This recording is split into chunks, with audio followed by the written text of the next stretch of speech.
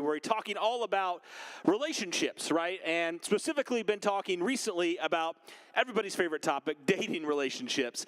And a couple weeks ago, if you were with us, we really started talking about like what is the purpose of relationships? What is the purpose of dating? What is the purpose of marriage? And how do we allow that, to truly impact the way that we, search for that person eventually, whether or not we're in a relationship or not. How do we do that? And we came across just this idea of, the purpose of relationships is to seek God together, right? To seek God on our own, and then when we find that person, be able to seek God together. And we throughout the idea of like running in a race, right? And to look for, as we're running in that race, looking for other people who are also running in the same direction as us. And then last week, we talked all about, within that, this idea of love, right? And how, the word love, it's thrown around all over our culture. But we talked about it, and I gave the example of like those mockbuster movies, right? The movies that they may have a similar title, they may look similar on the cover, but it's very obvious that when you put that in to your DVD player or whatever, that it's not anywhere close to what the actual movie is. And the same is true for any other love outside of God's love, right? We talked about how all other attempts outside of this love of God, called agape love, they're cheap imitations. They just are. And we define that agape love as love without conditions. So we say, hey, it doesn't matter if you're kind to me, if you're mean to me, I'm going to show you that love, and the love that only comes from Jesus Christ. And that's the only way I can expect to show that love is if I get to know who Jesus is. And we talked about, what does love look like? What does agape love look like? And we came to that idea of that unconditional love through that. And so, as we've kind of been looking through all this stuff with relationships, talking about who to look for, how to look for them, how to evaluate, how to do all these things in order to be able to find, when we do find that person, be able to run towards God together, I thought we could kind of finish it out tonight by kind of talking about, now that we know, what we need to pursue, who we need to pursue, and why, I think it's also important as well for each and every one of us to look at how to date well. And so within that, I want to kind of start here and ask you this question. What are, in your context, so say somebody's dating in your high school, your middle school, your high school, what are some unwritten rules of dating that like people just know, they don't necessarily say them, but like this is like truly an unwritten rule that like that's just obvious, like that's just something that people do who are in relationship? Anybody? What's that? Go on a date. Okay, sure. I'll say I'll share one with you that I didn't even realize, and maybe I just was like ignoring my mom because I thought I was better than her. But there was like an unwritten rule that, and I don't know if it's still true today, but like if I'm dating someone or if I'm in a relationship with have a significant other, as the man, I'm supposed to stand like closest to the street. I don't know if that's something that's like a thing now, but yeah, that was something I didn't realize till I was way too old to. I should have realized it by then, but for some reason I didn't. Anything else that you guys would say? What are some unwritten rules of dating now? Or even people who are in like the talking stage, for example. Like what are some unwritten rules that you just do or don't do? And they can be funny. What? Make them pay. Okay, yeah, sure. The guys pay, all right. Now, girls, do you just go and like order the most expensive thing and say, you got it? Okay, all right, that's fair. Oh, boy. Okay. Guys, I'm curious, what are some unwritten rules of dating that you just kind of have heard or everybody kind of knows? Okay, sure, yeah. That's fair. Don't entertain other people. Yeah. Oh, that's true. That might be true. I know. He said if they answered, they might get attacked or get some dirty looks. Maybe, I don't know. Yeah, you guys got to figure this out later. Anyway. Okay, the guy always has to choose. All right, sure. Okay, yeah. Of course. Make sure you get her flowers. Yeah. What? Oh, yeah, that was one of the red flags. Don't choose the other person's food. Don't order for that person because that person might not like their food. Sure, okay. I mean, there's a ton of unwritten rules, right? And honestly, some of them have probably changed since, some of your leaders were in high school, since I was in high school or middle school. They've probably changed a little bit, but there's probably some that also are pretty much the same as well. And the truth is that what makes the dating scene so crazy is that everybody has there's written rules, right? These expectations of another person. Like, for example, the person I date is going to be this, or they're going to be that, or they're going to behave in this way, they're not going to do this. Like, that's the expectation. And for us, as we gather here, I think we need to pause and then ask ourselves how God might want us, if we bring God into the picture, how he might want us to handle the dating scene. Now, God has a lot to say about marriage, about all that stuff, but as we've talked about, God doesn't necessarily have a lot to say, the Bible doesn't have a lot to say about dating, right? Because if you remember, dating wasn't necessarily like a thing like we know it today back in biblical times, right? In fact, the family got a lot more involved. It looked a lot different than, what our typical dating scene looks like today. It just looks different. But within that, since there wasn't a lot of dating back then, you're not going to see a lot of clear biblical commands on how to necessarily navigate or handle dating. But here's the deal. At the same time, there's some pretty obvious guidelines that I think each and every one of us, we can figure out when we look at what Scripture has to say about relationships in general. There's a bunch of different stuff. You could call these, if we're going back to this idea of unwritten rules, these are God's written rules, right? These are the rules that God puts in place for our benefit. Now, has anybody ever done this before? Has anybody ever been in a mall or something, someplace with an escalator? Everybody ridden an escalator at one point in your life? Yes, me too. Okay, has anybody ever done this? Because I'll admit it. Has anybody ever stepped on an escalator and been like, oh shoot, I shouldn't have stepped here, and you're going to the wrong place, and you're like, crap. You can't really go back because there might be if you're in a crowded area, there's a bunch of people. So you kind of just have to go back around and figure out where you're going. I've done that before, at a sports game, for example, and I'm like, oh, that's not actually where my seat is. Oh, shoot. Well, I can't go back now because there's 40 people behind me. It's in the same way, it's not easy to turn around once you started moving. And the same is true in relationships. The same is true because our choices in dating, whether physically, whether emotionally, whether spiritually, they move us in a direction. And once we've gone too far, it can be very hard to backtrack. I was actually talking to a guy today, right before RSM, and he gave this great example. It's kind of like toothpaste, right? He used this example of you can say, if you say, for example, I had a couple of you come up, we had 2 things of toothpaste here, and I said, squeeze out all the toothpaste. And you're like, okay, sure. And I said, okay, now put all the toothpaste back in. It's a little bit harder to do, isn't it? It's not as easy to do that. And the same is true with how we handle dating. Once we've gone too far, it can be very hard to go back and to take things back. That's why I think boundaries in dating, they matter. They're important. Boundaries in dating are a big deal. They protect us from ending up in places that we were never supposed to go, that we were never created to go. Pushing boundaries that we were never created to push in the context of a dating relationship. They matter. They absolutely matter. Now I want to tell you a story. It's a little bit embarrassing, but it's okay. So, when I was a high school student, how many of you drive? Okay, how many of you have your license? You're driving right now. All right, for those of you who aren't, how long do you guys have till you're driving? Legally, 2 weeks. Okay, sure. Yeah, okay, sure. You're driving in some capacity. Yeah, it works. Okay, so this is me. All right, so I'm a high school student. I just got my license probably about within the last year, and I obviously didn't have a lot of money because I worked at a fast food restaurant and I was trying to make money.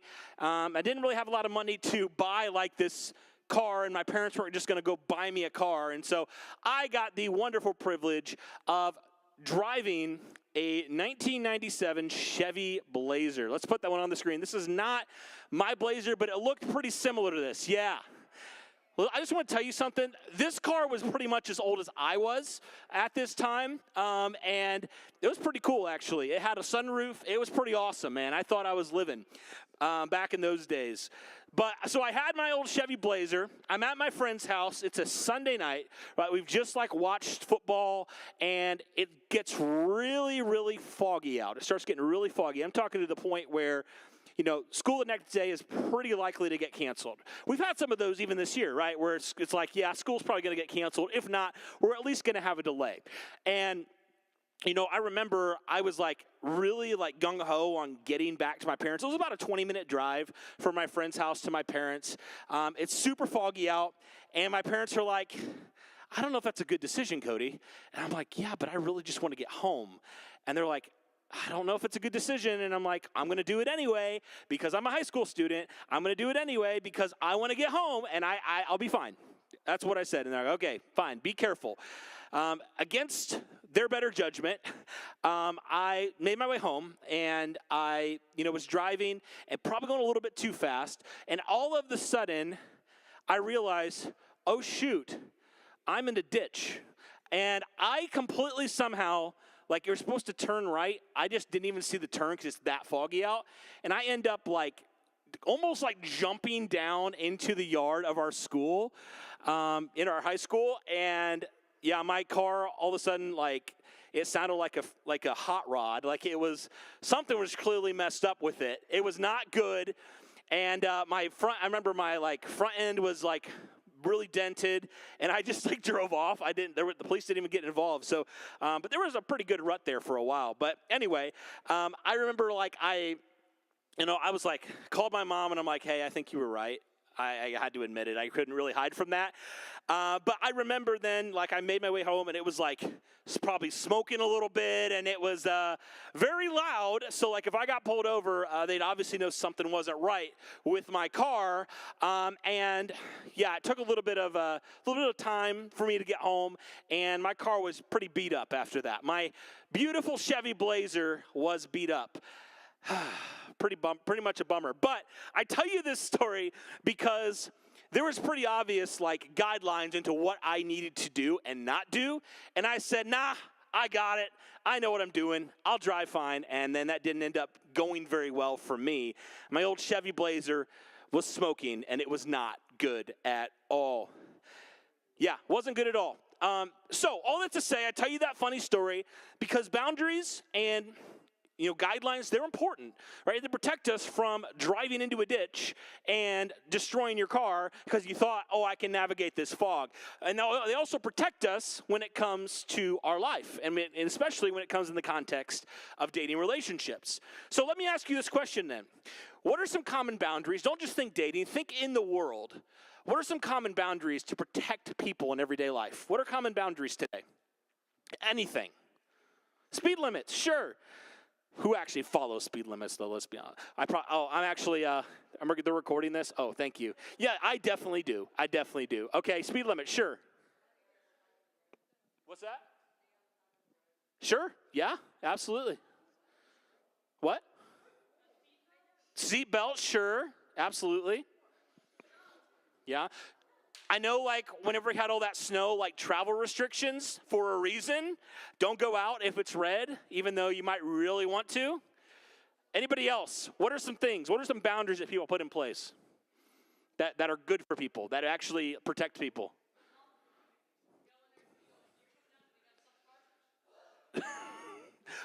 The mom thing. Okay, sure. Yeah.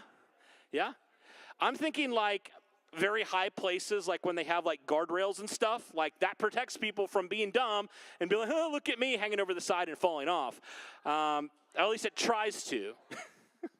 Sure. Anybody else? What are some other things that you guys know? Maybe even at school. What are some guidelines that protect people? No running in the halls. Okay.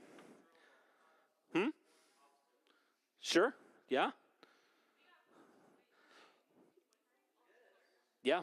I mean, there's so many things, right, that are put in place in our context, and even, on your way home. Stoplight, right there, right, for a reason.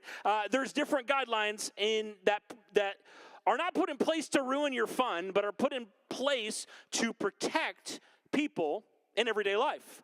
And so as we think of this in the context of dating, I want us to go to 2 Samuel. If you have your Bible, let's turn here to 2 Samuel chapter 11, starting in verse 1. 2 Samuel chapter 11, starting in verse 1. It'll also be on the screen for you as well. So, this is what this says in 2 Samuel. This is a story here. It says, in the spring, at the time when kings go off to war, David sent Joab out with the king's men and with the whole Israelite army, and they destroyed the Ammonites and besieged Rabbah. But David remained in Jerusalem. Little context, David is the king of Israel here. So one evening, David got up from his bed, and he walked around to the roof of the palace. From one roof, he saw a woman bathing. Yikes. Okay. The woman was really beautiful, and David sent someone to find out about her. And the man said, she is Bathsheba, the daughter of Eliam, the wife of Uriah the Hittite. Then David sent messengers to get her. She came to him, and he slept with her. Yikes. Yeah. Then she went back home. The woman conceived and sent word to David saying, I am pregnant. So yikes, a lot of nopes from David that he does here. Think about it for a second. David is the king of Israel. He is supposed to be at war here in this story. But instead, what does David do? Does he stay? Does he go out to war? No. He stays at home. And one evening he goes up, he sees this woman Bathsheba, and he doesn't look away. He has a choice to make there, to look away, and he doesn't. Instead, he doesn't just not look away, he takes it a step further, and he sends for her, he sleeps with her, and then, sadly, this leads to very devastating consequences that happen here. Now, here's the heartbreaking truth of this story, is David allows his desires here in this story to dictate his actions instead of honoring God. Which begs the question then, okay, what could have David done differently in this story from what he does, where he lets his desires get in the way of what he knows he shouldn't be doing and should be doing? Well, for example, the first thing, he could have gone to war like the king should be doing. He could have done that. That's an easy one, okay, sure. He could have looked away. He could have had accountability from others. And sadly, none of those boundaries are in place, and that leads to some pretty devastating actions that David takes and consequences that happen after this. And I think the same in this story. The story seems a little wild, maybe for some of us, but I think the same can be true for us if we're not careful with boundaries. If we don't set these clear boundaries before, like clearly David doesn't in this story, we might be unprepared for when that decision comes and we have to make choices in our life. We might be unprepared to deal with those. And if we don't have a plan in place, I think we're very much more likely than to compromise. So then what exactly should we have boundaries around? You know, previously we talked about the purpose of marriage, the purpose of dating, to grow intentionally together as two people seeking God. And I think a healthy relationship then includes three key areas I want to talk about tonight with this growth together: the physical, the emotional, and the spiritual. And these three things are incredibly good, but it's important to steward the pace and extent to which we experience them in dating. Because like I said, dating is the evaluation stage. Dating is not the marriage stage. It's the evaluation of that point. So the truth is, when you are married, though, when you do, part of your relationship will be to grow together unhindered without hesitation. But dating's not there yet. You're not there when you're dating. And you can greatly hurt yourself or another person or others if you're not careful, if you don't navigate this well. So I don't think it's always, a conversation that's always handled super well, to be honest with you, in churches. I think, sadly, well-meaning Christians at times can use guilt and shame as tools to try to steer people towards purity. And I don't think that's what God wants. And maybe you've experienced that in your life. Like scare tactics, it feels like, or conversations that leave you feeling embarrassed. Now, on the other hand, it feels like our culture has taken the complete opposite extreme, saying it doesn't really matter, right? It doesn't matter what you do with your body as long as it makes you happy. That's what matters. That's what our culture tells us. Do whatever feels good. Yeah, you're good. Follow your heart. Give in to your desires. Do all that stuff. But here's the truth. I think both of these perspectives, on the one side and on the other side, I think both of these perspectives, they miss the mark here. I think they really miss the mark. And they miss what God desires for us in a dating relationship. So, all that to say, let's be real for a second. Like, you are wired to be attracted to other people. You are. That's not a mistake. It's part of the design, right? You were designed like that. And when you like somebody, you want to get to know them better. Yeah, that makes total sense. And when you feel that pull towards a relationship, it's not wrong to want those things. In fact, it's natural. It's what we were created to do. So, while attraction is a good thing, it's a thing from God, it can also be dangerous if it leads us into temptation or if it leads us into sinning. In fact, James says each person is tempted when they are dragged away by their own evil desire and enticed. Then after desire has conceived, it gives birth to sin, and sin, when it is fully grown, gives birth to death. The problem isn't attraction here. I hope you catch this. The problem is when we allow our desires to control us and lead us away what God's best is for our lives. And that's why setting boundaries, like I said earlier, it's not about taking away the fun. It's about helping us to be able to live the best life and the life that God created for each and every one of us. God created it to be good. So in the same way, I think God gives us then the boundaries of relationships because he knows how powerful, right, the intimacy of what a marriage relationship should be. It's powerful. It's a big deal. It is. And he knows that if we just handle it casually or recklessly and we just say, I'm going to do whatever I want to do here, it's going to lead, if we're not careful, to a lot of hurt, to a lot of regret, a lot of brokenness. And God's not doing this because he wants to take away, right, our fun, or he wants to, do all these things so that we can't do anything. No, he does it for our benefit. And that's why I think it's so critical for us just to make sure that we are guarding ourselves in this. Whether we're in a relationship now or whether we're not in a relationship, I think it's just so critical for us to set these boundaries now, and so that we know once we do get into a relationship, we know what we need to be doing. And we know this is why we need to be doing these things, is because we need to be making sure that we are living and experiencing relationship the way that God designed us to experience relationship.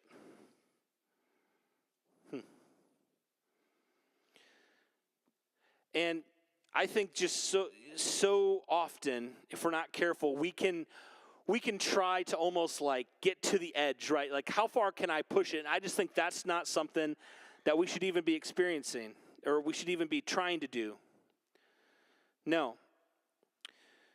Because the purpose of dating is to glorify God together, right? And if we want to truly do that, I think we need to do a couple things. Like I said first, we need to remember that purpose. We got to remember what the purpose is. Culture might just tell us it's all about fun, it's all about status, it's all about avoiding loneliness. But God's design for a relationship, it's bigger than that. It is. It's an evaluation to lead us towards marriage. It's an evaluation. And so then, if it's an evaluation, it makes sense to be intentional about the choices that we make in a relationship. To make boundaries and set those clear boundaries for that reason, for that remembrance of that purpose of dating. And I think second then, it's important to take time and process, what does God's word say? It's easy to follow whatever feels right in the moment, or to just copy what everybody else is doing. But I think wisdom starts by understanding what God says is good and healthy and honoring to him. And then finally, I think whenever you're in a relationship, you're going to have the conversation. You have to have the conversation with the person. You can't just say, okay, I've got my boundaries, you've got your boundaries, because often not, if we don't have that DTR, that define that relationship, if we don't do that, a lot of times we can find ourselves compromising on the boundaries that we once set in stone, right? They can become a little bit more fluid if we're not careful. So we need to make sure that we're having that conversation. Now that we know, okay, these are the things I know I should be doing. These are the boundaries that we need to be setting in place. This is the purpose of our dating relationship. Let's talk about it, and let's define what that looks like. Let's make sure we're on the same page when it comes to that. And honestly, in this time, in this last, DTR and having these conversations, we might even realize that, hey, we don't align in this, and that's a big deal. That's a deal breaker. And I think that's so critical, especially, I want you to hear this, if eventually we say, hey, I like this person, I'm going to get engaged, I'm going to get married, but you're never on the same page when it comes to this kind of stuff, it's going to just come up at some point later on in your life. So it's so critical to catch those things early. All this to say, guys, at the end of the day, boundaries, they're not just about rules, they're about wisdom. They're about wisdom. So are we setting ourselves up to stay far, far from the cliff of, can I just try to do these things? Or, push the boundary? Or do we just say, I don't even want to get to that point, right? I don't want to get to that point. I want to make sure that I'm doing these things that God calls me to do.